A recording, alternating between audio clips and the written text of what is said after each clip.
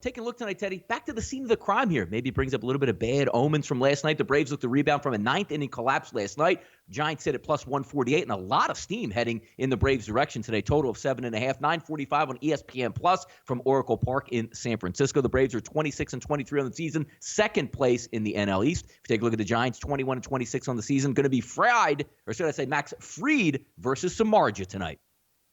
Yeah, if Fried gets fried, then you can call him Fried. But other than that, we got to call him Fried. But, he's been really good. He's coming off 6 innings, a shutout ball against the Brewers last Friday. Of course, the final score of that game was 12-8, which speaks something.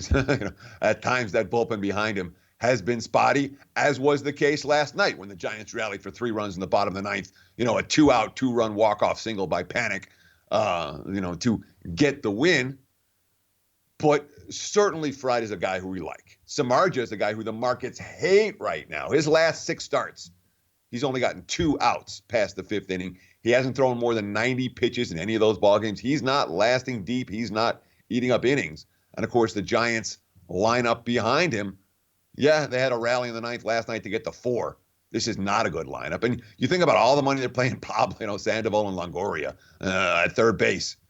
And they've shown signs. Neither one's getting the job done on a consistent basis. And San Fran, for me, team I have a hard time backing. But, God, this team is a little bit much for me to get involved with right now. Orioles Atlanta minus 140? Maybe. What are we looking at now? Minus 160s? Higher than that? Yeah. That's a little bit rich for my blood. Yeah, we'll see if they can bounce back to another opener on the mound for the Rays on Wednesday versus the Dodgers. Didn't work yesterday, Teddy. Top of the first inning, the Dodgers did cash in with a run. Looking at the Rays at plus 118 with a total of 8.5 tonight. MLB extra innings package live from the Dome down at Tropicana Field in St. Petersburg, Florida. Dodgers 32-17 for the season, 13-11 away. The Rays 27-18 for the season, 12-11 at home. Going to be Hill versus Stanek tonight.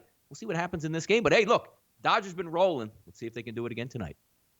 Sure, and we talked about it yesterday with the matchup of the hottest lineup in baseball against the team with the best ERA in baseball. Well, yesterday advantage Dodgers. Obviously, Kershaw shut them down, but the lineup again, 7 runs last night, and the Rays were scoreless into the 7th in that ball game. And now, Rich Hill, who really an interesting question. Hill was as good as any pitcher the Dodgers had last year. Start out this season. He had a knee injury. He was hurt in camp. He gave up 11 runs over his first 3 starts, and 11 earned runs, and then he gave up unearned runs as well.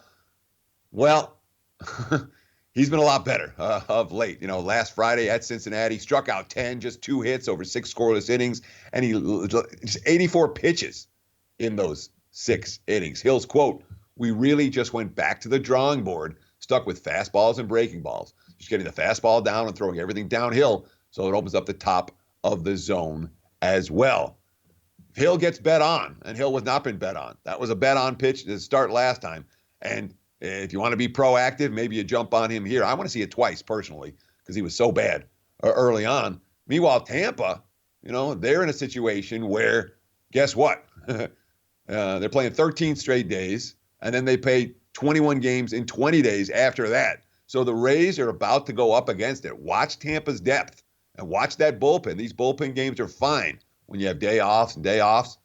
When all of a sudden you're playing 34 games in 34 days, these bullpen starts where you're getting 5, 6, 7 guys into the game have a potential to have a negative effect if the starters aren't eating up innings. No interest in the Tampa side this evening. Yeah, Rich Hill, one of those guys, certainly not built on velocity, needs to pick his spots, and he was sensational against the Reds last time out. We'll see if he can duplicate it again tonight. Cole crime, Teddy, in the Windy City today at Wrigley Field. Cole Hamels going to face the Philadelphia Phillies for the first time since being traded. The Cubs, heavy favorite here with Hamels on the mound, minus 160. And how about this total? Yesterday, Teddy, 7.5. 10.5 today. You know what that means at Wrigleyville. That wind is blowing out. 8:05 p.m. tonight, MLB extra innings live from Wrigley Field. The Phillies 28-20 in first place in the NL East. Cubs at 28-18 on the season. Cole Irvin versus Cole Hamels. Yeah, it's incredible that Hamels has never faced the Phillies. This is a team he won the World Series with in 2008 and had, a heck of a run in Philadelphia. He's never faced his former squad before. That changes today. Joe Madden talking about his starter. Hamels having a good time out there. I love that part about him. He has joy playing the game of baseball. Plus, he swings the bat pretty well. Beyond that, it's just attack, attack, attack. And if something goes awry, he doesn't change his patterns. Cole Urban, well, he threw a gem against the Royals in his debut. Last time out, he wasn't as pretty against the Rockies. 4 runs in 6 innings. Gabe Kapler, quote, "We're really excited to give him this opportunity. He's really earned it. He's not a dominator. He's a guy whose game is forcing the opposition to put the ball in play and get weak contact." And frankly, that quote right there, he's not a dominator. He's a guy whose game is forcing the opposition to put the ball in play. That's not the guy I want against the Cubs lineup today. I can understand, especially with Hamels on the hill against his former squad. Be Chicago or pass for this better. Yeah, battle lefty should be interesting there. Teddy, real quick on a point like this, we have Cole Hamels, storied history there in Philadelphia, wins the 2008 World Series, MVP of the World Series run.